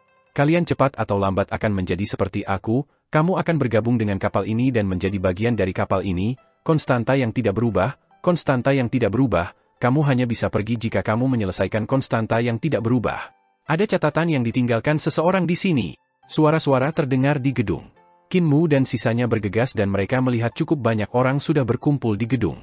Crimson Light Son of God, Feng Qiuyun, para pengunjung dari surga celestial, dan sisanya semua ada di sini dan melihat ke dinding. Qin Mu juga melihat tulisan-tulisan di dinding dan dia tertegun. Tulisan tangan kakak senior. Di dinding ada tulisan-tulisan yang ditinggalkan oleh pendiri Master Wei Sui Feng dan itu bukan tentang kapal hantu, itu menggambarkan sesuatu yang lain. Qin Mu membaca secara detail dan dia terkejut. Permaisuri surgawi naga Han surgawi telah meninggal? Mengapa kakak senior menulis tentang kejadian ini di tembok ini? Apa hubungan insiden ini dengan perjalanan waktu penjaga hutan berbulu? Tulisan-tulisan di dinding menyebutkan bahwa permaisuri surga telah pergi ke batas bawah untuk mengunjungi tanah leluhurnya, namun dia tidak kembali setelah waktu yang lama. Kaisar Langit telah memerintahkan pengawal hutan berbulu kiri untuk menuju ke Ruins of End untuk mengambil Ratu Langit kembali ke surga celestial.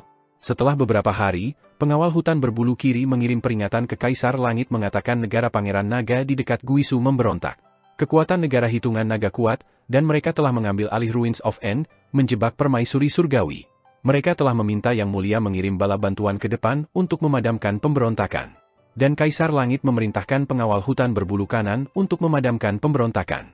Namun, tepat ketika pengawal hutan berbulu kanan telah pergi, pengawal hutan berbulu kiri mengirim peringatan lain kepada Kaisar Surgawi mengatakan bahwa permaisuri surga diserang dan telah menderita luka yang agak berat. Kaisar Surgawi menambahkan dekrit untuk membiarkan pengawal hutan berbulu kanan menyelidiki bagaimana Ratu Surgawi diserang. Sebagai komandan kanan dari penjaga hutan berbulu, ia memimpin penjaga hutan berbulu kanan dan bergegas ke Ruins of End untuk bekerja dengan penjaga hutan berbulu kiri. Mereka mengalahkan negara hitungan naga dan merebut hitungan Raja Naga. Negara Pangeran Naga menyerah. Cedera Ratu Surgawi sebagian besar juga telah pulih, dan dia berencana untuk merawat lukanya sebelum kembali ke surga Celestial. Namun, sesuatu terjadi malam itu. Arus bawah di jurang Ruins of End meledak dan mengubah langit menjadi gelap seperti malam. Tidak ada bulan atau bintang yang terlihat. Keunikan keluar dari jurang bersama, dan hati para dewa ketakutan. Mereka tidak bisa tidur sepanjang malam. Ketika arus bawah berhenti, itu sudah fajar, dan para prajurit menemukan mayat Ratu Empress di Gunung Jar Square. Di sisi istana, semua pelayan tewas, dan bahkan komandan kiri dari penjaga hutan berbulu telah meninggal di luar istana. Wei Suifeng merebut Raja Naga ke-8 dari negara Pangeran Naga dan memerintahkannya untuk menjaga peti mati Ratu Langit. Dia kemudian memerintahkan tentara untuk menyelidiki apa yang terjadi malam itu dan untuk mengetahui penyebab kematian Ratu Celestial. Ada seorang tentara yang mengatakan dia melihat dua permaisuri surga di malam hari, dan ada juga seorang tentara yang mengatakan jurang reruntuhan akhir telah memuntahkan dewa-dewa setan untuk membunuh permaisuri surgawi. Investigasi Wei Suifeng tidak berhasil. Dia segera memindahkan peti mati permaisuri surgawi ke kapal dan mengawal Raja Naga Hitung kembali ke surga Celestial. Mereka berlayar ke arah sebaliknya dari aliran sungai Celestial dan mencapai Yuandu setelah beberapa bulan. Sungai surgawi melayang di atas Yuandu, dan tiba-tiba ada kabut tebal di sungai. Laporan dari seorang pejabat mengatakan seorang wanita sedang mengejam mantra di tengah sungai.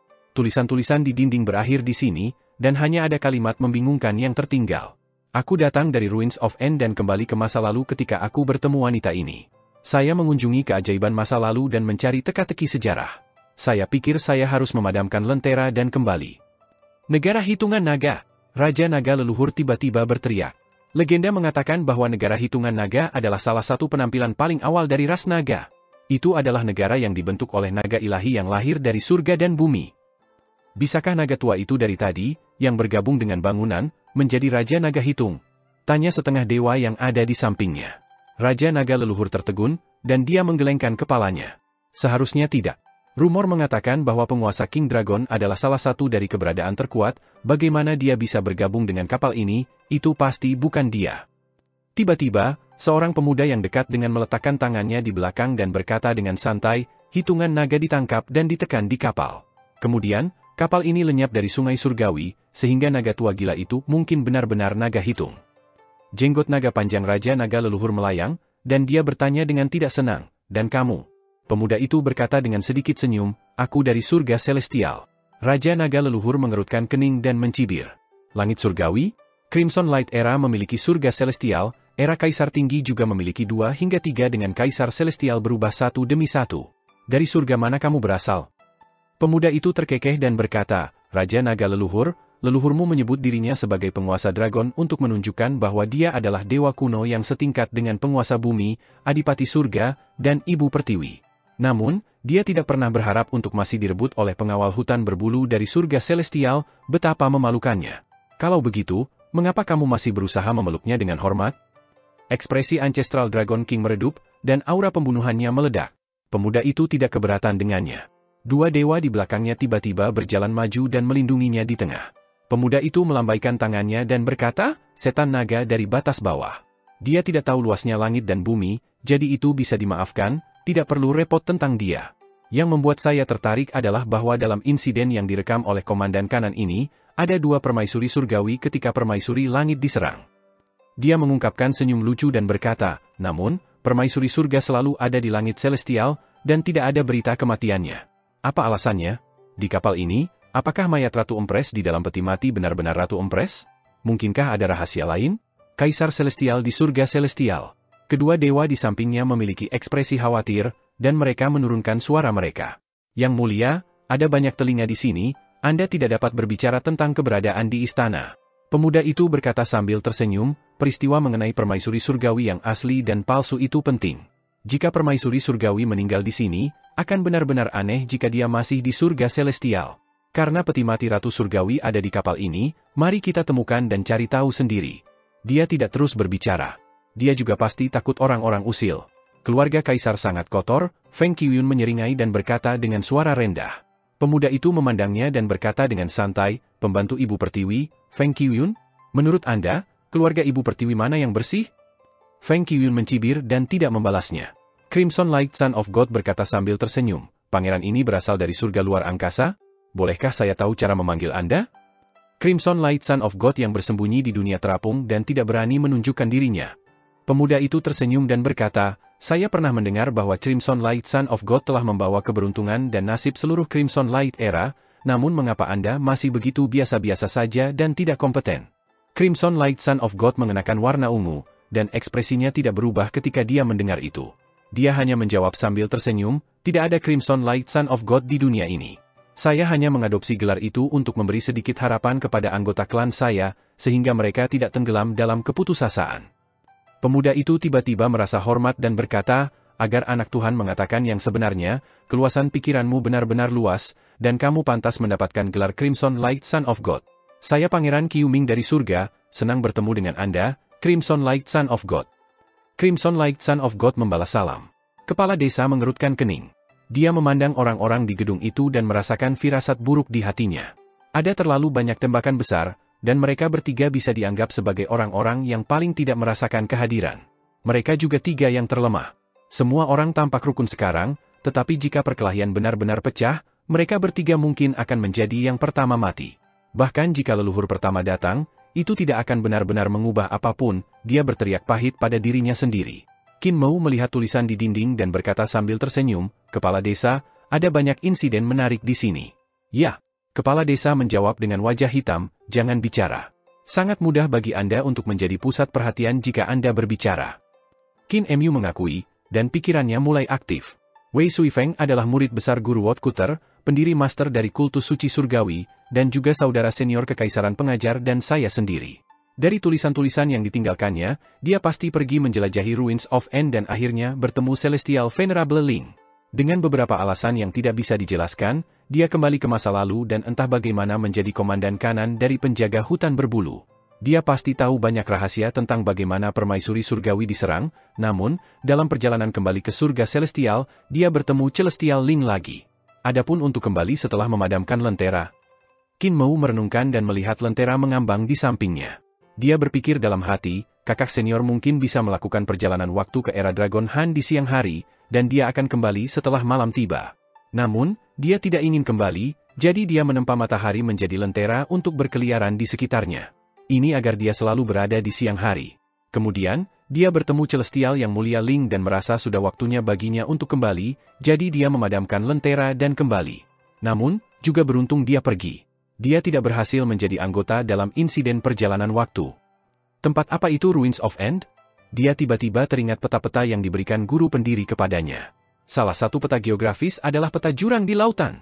Mungkinkah peta itu adalah Ruins of End? Master Sekte Qin. Crimson Light Son of God menyapa dan tersenyum pada Qin Mu.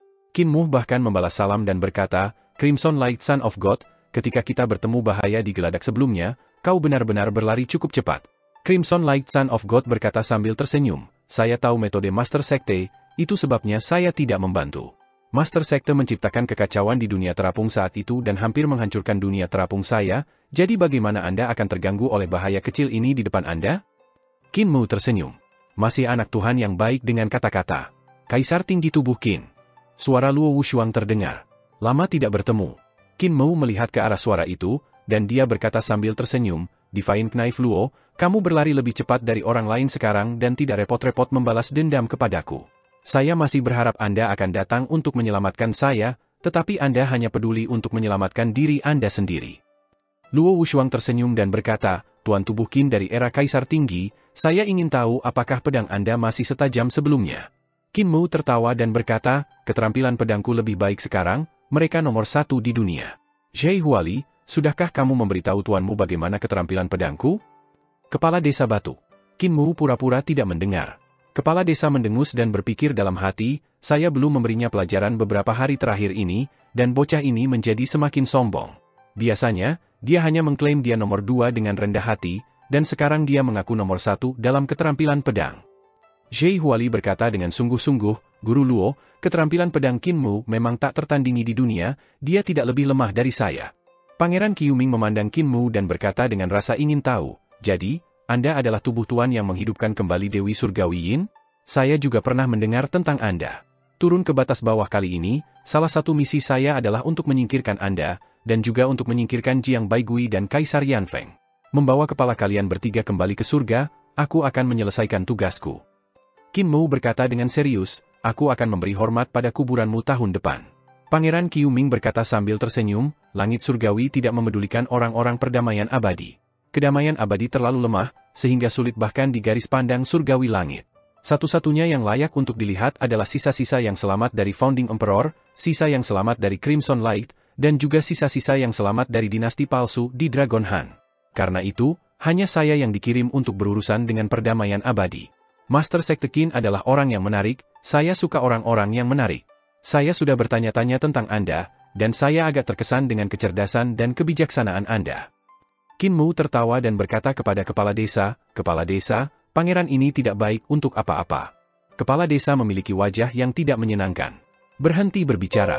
Semakin banyak Anda berbicara, semakin besar peluang yang pertama untuk mati adalah kita. Raja Naga Leluhur, peti mati ratu ditemukan, kata setengah dewa saat dia bergegas. Mata Raja Naga Leluhur berbinar, dan dia segera memimpin setengah dewa lainnya. Pangeran Qiuming, putra dewa cahaya merah, dan sisanya juga mengikuti mereka. Feng Qiyun juga membawa peti mati sang kaisar di punggungnya untuk maju. Kepala desa segera berkata, ayo tinggalkan kapal ini dan jangan berpartisipasi dalam ini. Qin Mu hendak berbicara ketika kepala desa sudah meraih tangannya dan membawanya keluar dari gedung. Saffron pemeliharaan naga mengikuti mereka, dan mereka bertiga melihat keluar dari kapal untuk melihat kapal diselimuti oleh gas hitam. Dunia luar tidak bisa dilihat.